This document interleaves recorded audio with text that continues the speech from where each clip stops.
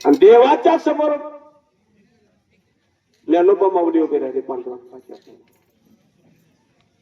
पांडुरंगाच्या समोर उभे राहिले आणि देवा मला संजीवनी समाधी, पण एक काम राहिलं माझं.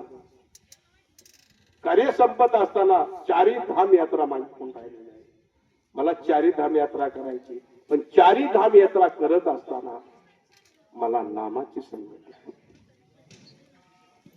ज्ञान भरपूर कमवलं म्या, रेड्याच्या मुखातून वेद बोलवले, निर्जीव असणारी भिंत चालवली, पाठीवर मांडे भाजले. योग अभ्यास होईल माझ्याकडे, ज्ञान आहे माझ्याकडे, पण ज्ञानाला अहंकार असतो. म्हणून नामदेव रायाची संगती ज्ञानोबा माऊलीने घेतली. का? या ज्ञानाला नुसतं ज्ञानाने देव कळला जात नाही. देवाला भक्तीची जोड लागते, वैराग्याची जोड लागते. आणि वैराग्य नामदेव रायाकडे होतं, भक्ती नामदेव रायाकडे होती. मग नामदेव रायाची संगती ज्ञानोबा माऊलीने, ज्ञानोबा माऊलीने नामदेव रायाची संगती घेतली.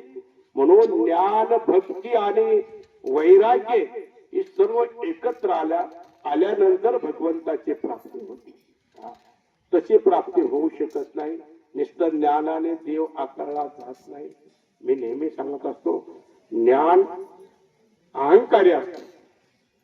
एक मनुष्य, आपला महाराष्ट्रातला मनुष्य काशी यात्रेला गेला आणि काशी यात्रेला गेल्यानंतर त्याला अभ्यास केला. त्याने शाही शास्त्र, 11 पुराण वगैरे वगैरे सर्व ग्रंथ पाठांतर केले आणि तो परत महाराष्ट्रामध्ये आला.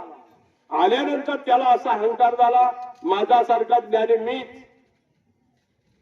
माझ्यासारखा ज्ञानी मीच म्हणला. आणि त्यांनी काय केलं हो, या महाराष्ट्रामध्ये सर्व ग्रंथ एका गाडीमध्ये भरले. त्यांनी खूप ज्ञान शिकून आला, पण ज्ञानाचा अहंकार आला आणि गाडी बैलामध्ये ग्रंथ घातले आणि त्या ज्वाला कंदील बांधला आणि दिवसा कंदील लावून निघाला. कशा करता? मी ज्ञानी, मला कुणीही प्रश्न विचारावा, नाही प्रश्नाचं उत्तर आलं तर हा कंदील विजवणार आहे. त्याला ज्ञानाचा अहंकार. आणि दिवसा दिवा लागून निघाला. लोक म्हणायचे हा तर पंडित दिसतोय, ज्ञानी दिसतोय, पण दिवसा दिवा लागून निघाला नेमकं काय प्रकार आहे म्हणजे? तर तो म्हणायचा मी ज्ञान ग्रहण केलेलं आहे, मला कुठला प्रश्न विचार नाही, प्रश्नाचं उत्तर आलं तर हा दिवा विजवणार आहे, असं तो बोलायचा. पण त्याला एक असा आडमोठा शेतकरीच मिळाला. असा ह्या कर्जत जामखेड निघाला होता. अनेक शेतकऱ्यांनी त्याला पाहिलं. दुपारी 12 वाजता दिवा लागून हा पंडित निघाला, कोण आहे बघू म्हणून पळपळ गेला. म्हणला अरे दिवसा दिवा लागून तुला अंधाळा तर नाही म्हणला, तुला डोळे आहेत म्हणला, दिवसा दिवा लागून निघाला म्हणला. त्याने म्हणला हो बाजूला म्हणला, मी पंडित आहे, मला कुठलाही प्रश्न विचार, प्रश्नाचं उत्तर नाही आलं तर हा देव आहे, हा माझा पळ आहे, मी काशीला विद्या शिकून आलो. मी तुम्हाला काय सांगतो, ज्ञानाचा अहंकार होता त्याला. तो शेतकरी आडमोठा होता. ते म्हणला असा म्हणला, पळपळून गेला आणि ते रुग्ण घेऊन आला. आवताचं रुग्ण आवत हातात होता ना, आवत हातात असताना तो रुग्ण घेऊन आला. सांग म्हणला, हे माझा प्रश्न आहे तुझ्या समोर, गाडी सोड म्हणला. माझं हे रुग्ण तुला लागल कुठं सांग म्हणून, माझा प्रश्न हे रुग्ण तुला कुठं लागल.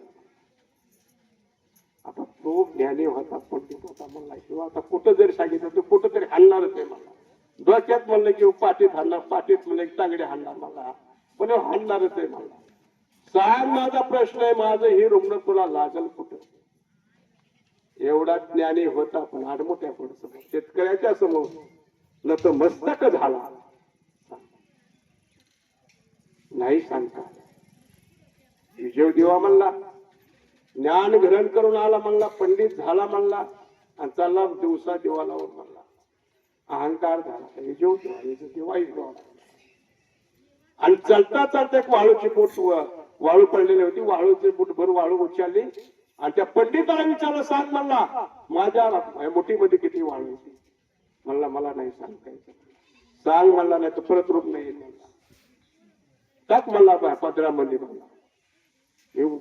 मापून सांगतो म्हणला, मापून नाही असं सांग किती येते मुठीमध्ये वाळू. अरे नाही सांगता. पाया पड म्हणला, माझ्या पाया पडाव लावलं आणि येड्या म्हणला, हे मुठभर वाळू तुला कळा लागले, मुठभर तू वाळू म्हणला. मी का तुम्हाला सांगितलं, ज्ञान ग्रहण केलं, पंडित झाला, ज्ञानी झाला, पण ज्ञानाचा अहंकार आला तर भगवंताकडे जाता येत नाही. ज्ञानाने सुद्धा नामाकडे केले आणि भक्तीच श्रवण केली. भक्ती श्रेष्ठ भक्ती या मृत्यू लोकामध्ये सर्वात श्रेष्ठ भक्ती आहे. आणि भक्तीने देव आकळला जातो. भाव बळे आकळे, एरवी नाकळे आणि कर्तय आवळे तैसा हरी. भावाने देव आकळला जातो.